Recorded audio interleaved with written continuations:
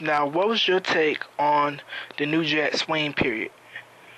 Okay, so New Jack Swing would be Teddy Riley. Teddy Riley, Gene Griffin, that whole camp.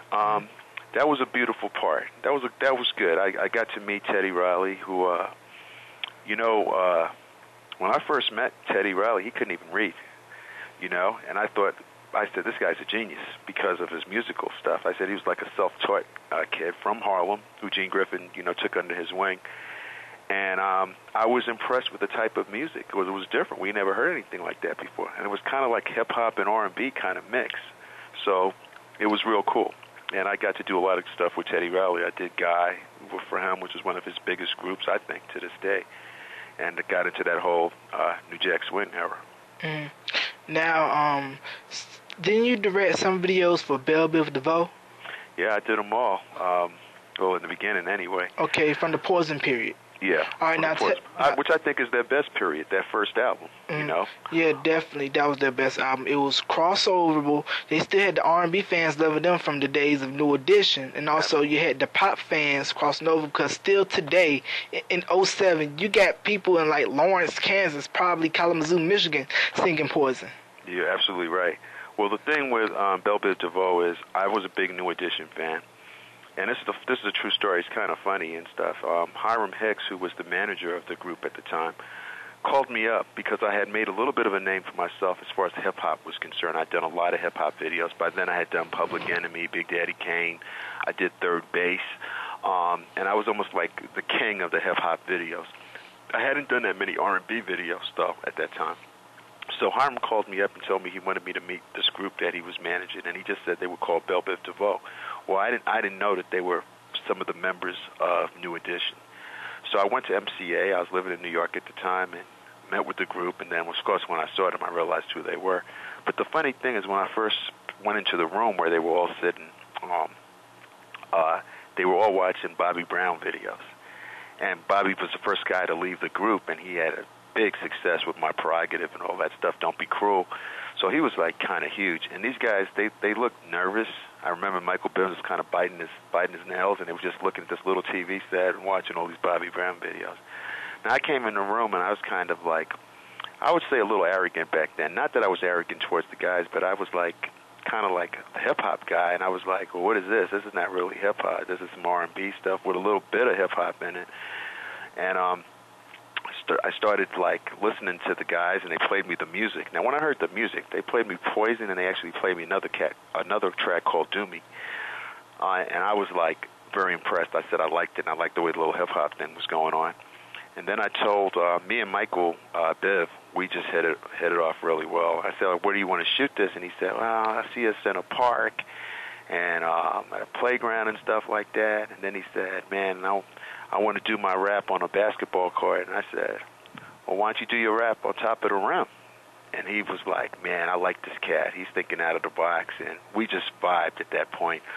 And our connection was so good that when he got his deal with Motown, he said, I want you to do Another Bad Creation, and of course, Boys to Men, and that's how him and I started a legacy, I think, of some great videos and some great groups. Right. Now, what was that like, getting to work with Boys to Men during their beginning period with Cooley High Harmony? It was very cool. I mean, I always trusted Biv because Biv at that point, I think Biv was like the modern day, the back in the day Diddy. Mm-hmm. I think he had a great vision, had some really big ideas, and loved to push the envelope, which I like because as a director, I always like to push the envelope. So when he had shown me Boys to Men and eventually Another Bad Creation, I saw it. I got it right away. And then he had a lot of ideas like Cooley, like back in Belle Biv DeVoe, he was like, it's mental, and I understood the whole concept of mental. And then he was like, Boys to Men is like on this Cooley high. Alexander Vanderpool. And Alexander Vanderpool and stuff. And I just basically rolled with anything Mike threw at me, but always took it a step up, which is what I think good collaborations are about. Mm-hmm. Definitely that. Right. Now, what is your take on the R&B group Troop? I thought Troop was an incredible group too, man. I mean, I liked the clothes that they wore, back then, and I don't know what else I could say, but I thought that they were different, and yet at the same token, it was good when you saw R&B groups that what I call dressed and had a hip-hop feel, because we came a long way when you had the traditional, like, Temptations or groups that wore suits and were really kind of cool. Like your mom and dad's R&B. Exactly. When you saw these R&B cats who could sing, and then at the same token, they were dressed in more of a hip-hop vibe, I thought it was cool. When I first met Jodeci, I was doing a Father MC video, and they were singing in the background. And when I saw these cats, I was like, oh, my God. I actually told Andre, I said, Andre, let me get a piece of this group. I mean, they're so dope. And they were so hard, and, Jodeci is, the rest of the story with Jodeci, that's historic, too, as far as the whole movement. Yep, and it should be known, too, people, that Jodeci came from right here, North Carolina. Yeah, that's right. Putting us on the map. And please, Jodeci, if y'all out there listening, please put out another record. We've been fiending for that for I don't know how long. Absolutely. Yeah.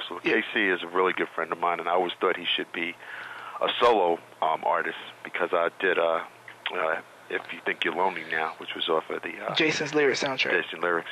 You got a good knowledge, brother. Man, you on it. I'm impressed with that. And that was originally covered by Bobby Womack. That's right. That's absolutely right. I gotta know my stuff. Now, what was your take on this group? Even though that they were way pop, they had some R&B undertones in them. New Kids on the Block.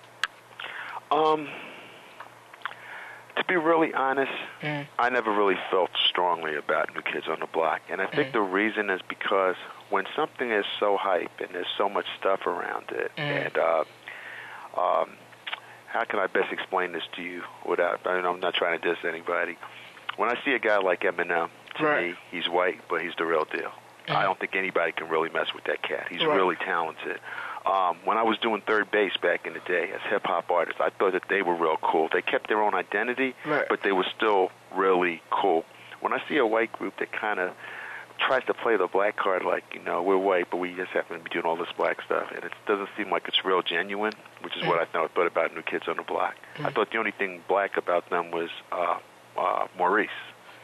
Maurice the guy behind them. Maurice Starr, right? Yeah, speaking of Maurice Starr, kids, he'll be another interview coming soon on the Time Machine, so you definitely want to stick around for that. Great. I did a lot of work with Maurice, too. Okay. Now, tell me about, like, hip-hop directors in general today. Like, of course, some people say Hype Williams, some will say Little X. He go by X now, and just some of the big-name figures that are directors in hip-hop. I believe Hype Williams was the first, correct me on this if I'm wrong, to do the whole fisheye lens.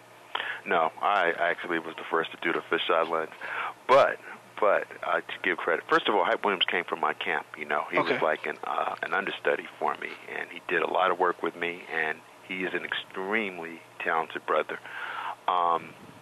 What he did with the fisheye, because I would do shots like low angle with the fisheye lens, like the Public Enemy, Night of the Living Bassheads stuff, What Hype did was he took the fisheye lens and he built what I called a forced perspective set, which makes the set look even larger than it is, and it makes the angles look weird. It almost makes the set look like a V, like it has an incredible depth, if that makes any sense to you, what I'm saying right now. So he did it in that respect and took it to a whole nother level and stuff like that. But it was basically the forced perspective set with the fisheye lens, and he did a lot of videos like that. Okay.